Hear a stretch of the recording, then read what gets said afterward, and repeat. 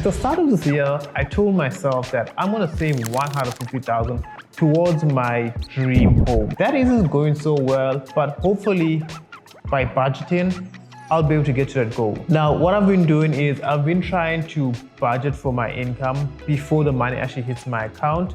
And this is just a breakdown of that. I know this is not my entire salary. This is just the money that I'm able to put aside for my daily living expenses. I'm gonna be breaking down my savings and my investments and all of that. That's for a totally different video, so you can subscribe for that. If you want this template, it's on the link below. You can change it to be rands, dollars, or like myself, Korean wons. Okay, so like I said, this is for the month of the end of April and the full month of May. And because I generally do this with my wife and myself, like you can see there's me being the husband and my wife's salary goes in here. But this is what I'm working with, 1,400,000 won. When it comes to my actual expenses, you can see that for my rent bond, I don't pay for rent, I don't pay for taxes and levies.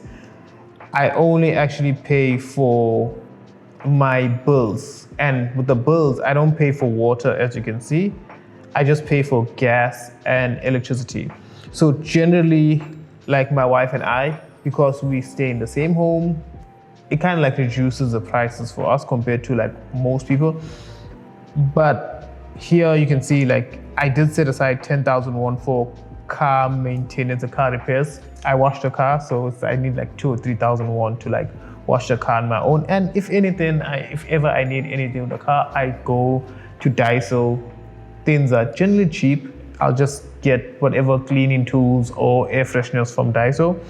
And then I have the 20,000 won for electricity. So generally it costs us about, I'd say 30,000 won, depending on the season for electricity. So I just budgeted 30,000 won.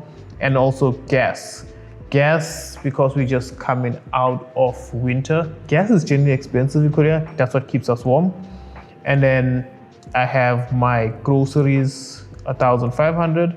So I have groceries 1 and groceries 2 because we generally like stock up on like our main groceries first, and then throughout the weeks we go quite a few times to go and top up on those groceries. Now you can change any of these depending on how your budget and how you spend your money. Okay, so that's all of the expenses, and you can see the incomes here. So saving and investment, and like I said, I'm not touching any of that here today. And then the only debit payment that I'm gonna have here is my high pass. So basically it's like your high pass in Korea is it's like the toll system. And the way I have it set up is every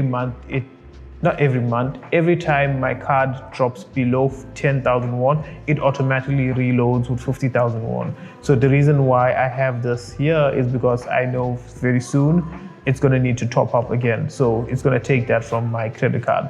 So I already have that money set aside in my credit card for that top up. Okay, so I've punched in all the numbers in here, and then the calculations here are done automatically. But you can see that at the end of all of this, I'm left with 50,000 won. Will that 50,000 won be left behind at the end of May? I have no idea. I'm hoping so. So yeah, this is basically just a quick run through of my expenses throughout the month of April, end of April, moving into May. I've been relatively, I would say bad at keeping to my budget, but it has been guiding me relatively well and stayed within the frame of where I would like to be. The issue is, and I also want to address this in this video, is the issue that I've been having is I set the goal of 150,000, but quite a few things have changed in the time that from when I set that goal. And I'm gonna just mention the two main ones here. So the first one has been the devaluation of the Korean War.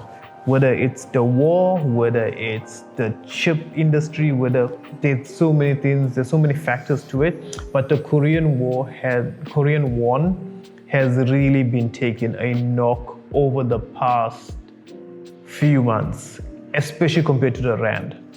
The Korean won has really dropped in value, and that affects us who invest abroad, and that affects particularly myself, who I want to make a purchase in South Africa.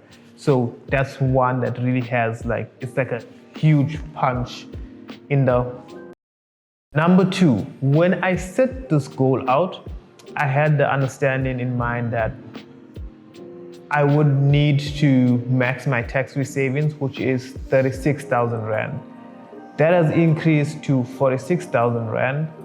And my goal, my rule is I'm going to be maxed out my tax-free savings no matter how much it is. I have a template of a tax-free savings if you want to use it.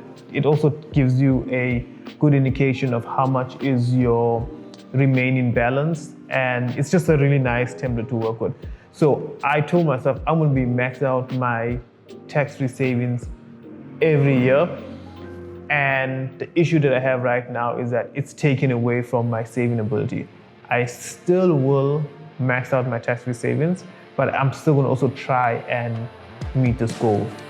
Keeping my fingers crossed, hopefully I'll be able to do it. Anyway guys, that's all from this video. Just a quick little video to give you a rundown of my budget for this coming month. And I hope you enjoyed it. I'll catch you on the next one. Like a drug that I just can't deny.